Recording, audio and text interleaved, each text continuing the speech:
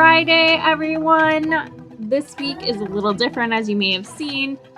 We have already released Juliana Largamesino's podcast episode, and it is the 1-year anniversary of the podcast today. So today I am going to do my author interview and be interviewed, as well as there might be some other questions thrown in. I'm not real sure where this is going to go. But I'll go ahead and transfer it over to you. Hello, this is Patrick. I've been editing all of the podcasts since the start. So I would love if you can introduce yourself. So I am Courtney McBride, the podcast host that you hear every week. And I write under Courtney Mae. And we live in North Dakota. We have 1 tiny human and 3 dogs. And yeah. Awesome. Can you tell us what your books are about?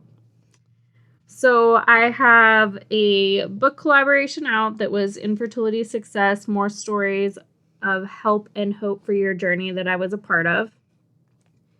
And that was about a little piece of my journey through infertility, hyperemesis, postpartum, and all of that.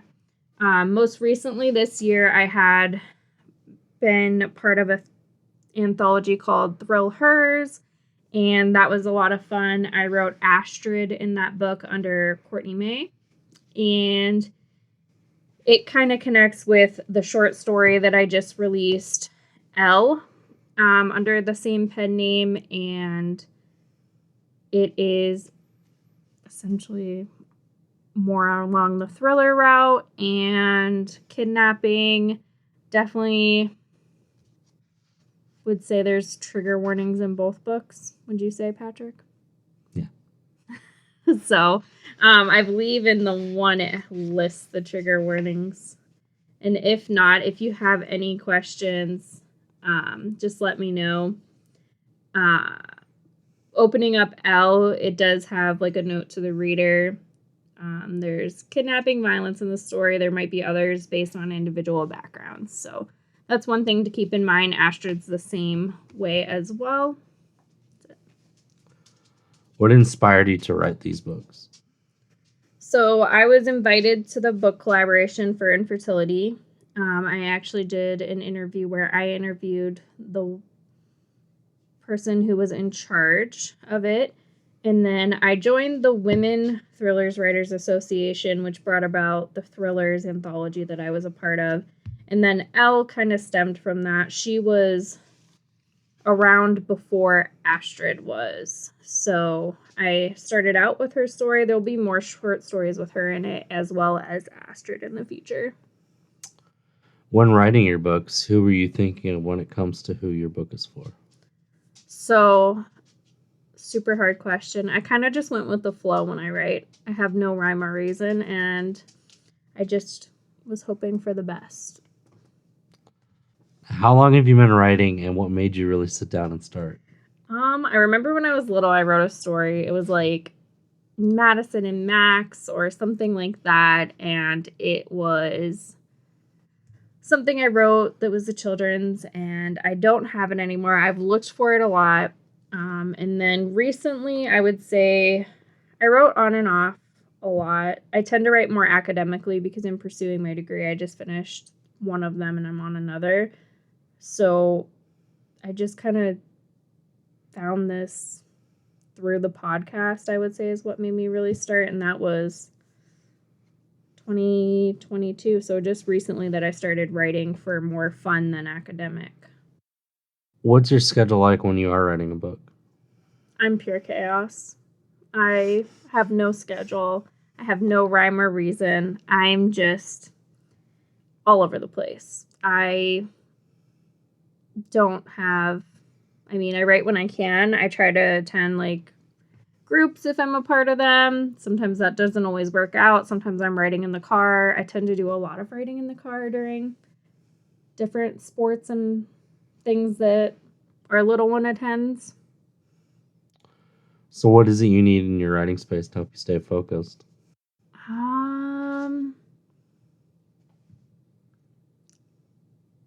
I mean, looking over at my space, I have my laptop and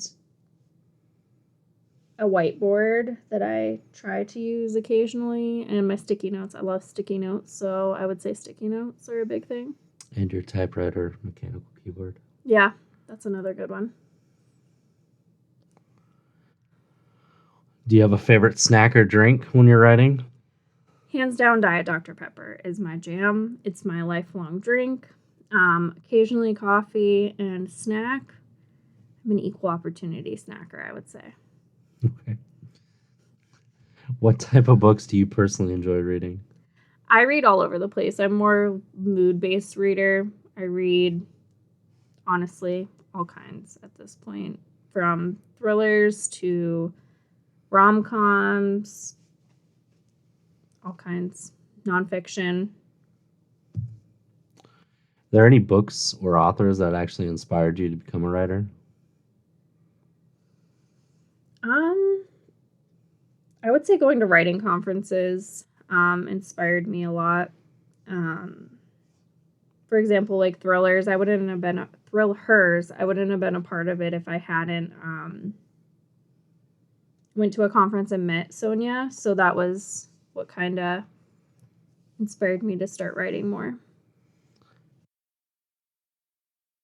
What books did you grow up reading, and were there any favorites?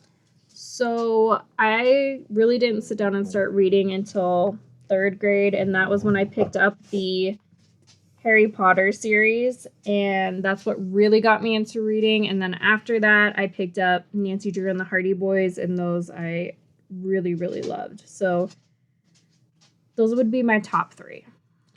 Now, as an adult, what's one of your favorite series or authors, and if they come out, you instantly have to grab it? So Harlow Ray, I love grabbing all her books as soon as they come out. Riley Dark, Kelly J. Brooks, and then Julia Largamacino, whose episode came out earlier today. I was super excited because I emailed a list of authors that I had that I love their books, and she had emailed me back. So that was super fun for me to be able to interview her and get to learn more about her and her different series. So what sort of advice would you give someone starting out to read again? I would say it's okay not to finish a book. It's okay to pause a book and come back to it later. If you're just starting out, just find something you like a topic you like, and try to go in that realm. If you're looking for something happy, look for something more happy. If you're looking for a laugh and you like romance, maybe try a rom-com. So something like that. And what is some advice you would give someone who's just starting to write their own book? All hail the shitty first draft, because I mean, that's what I live by now. I had heard someone say it, and like there's stickers about it, and it's life over here. I do not plot typically. I just write and see where my brain goes, and sometimes that can be quite off track. So I would say definitely just get through the first draft and then you can edit. Like, don't beat yourself up. You're going to have multiple drafts. I mean, my short story, I had at least 10 drafts, I want to say, by the end of it, and it still probably has stuff wrong with it. So just keep going and just start working on what you're working on, and it's okay if it's not the best at the beginning. What's one thing that people are generally surprised to find out about you? I would say a lot of people are surprised that I finished my MBA and then got into a doctorate program for business. Nice. That's not really something I talk about much, I don't think. I mean, people I work with know about it, but not many other. Nice. Is there anything else you'd like to say around? No, I just want to say, well, I guess yes, because I want to say that I'm so grateful for all of our listeners and everyone that supported us this last year. It's been an amazing experience, And I'm so excited for what we have lined up for 2024 and where that's going. We're going to have 2 episodes a week to start out the year, and then we'll see where it goes from there. But we have quite the lineup. Where is the best place for our readers to, one, find the books that you've partaken in, and do you offer signed copies? And where's the best place to connect with you? So, find my books would be Amazon. If you're looking for the infertility one, I do have a lot of copies on hand that I can sign and send out. Most of that's US based, just with shipping rates right now.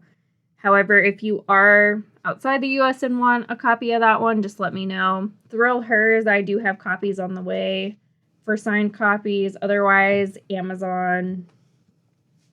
Elle is on Amazon. I don't have a ton of copies, but I can get copies in. If you would like a signed copy, just let me know. In the future, when I have multiple short stories, I might consider doing a book signing locally to where we are in North Dakota, but I haven't gotten that far yet. As for connecting with me, the best place to connect with me is on Instagram. You're more than welcome to email, but I'm a lot slower at email, as Patrick can attest to. So that's at Rapol's Workshop Reads on Instagram, and that's the main place I hang out. That's where I do most of my postings and interact with everyone. Awesome. And we'll make sure all those are in the show notes, and then links to all your books as well. Happy 1-year anniversary to the podcast, and happy birthday to our host. Thank you. And thank you to 1 year of editing the podcast. We're so grateful that we've had you for editing. Our little hype person's a little busy tonight, so she has not jumped on. But we're grateful for her and hyping us up throughout this last year and getting the podcast done. And a special thank you to all the authors whose episodes have already come out or are coming out. We greatly appreciate you taking the time to interview on the podcast and sharing about your journey. Thank you. Happy reading and writing, everyone, and we'll see you next week on Monday.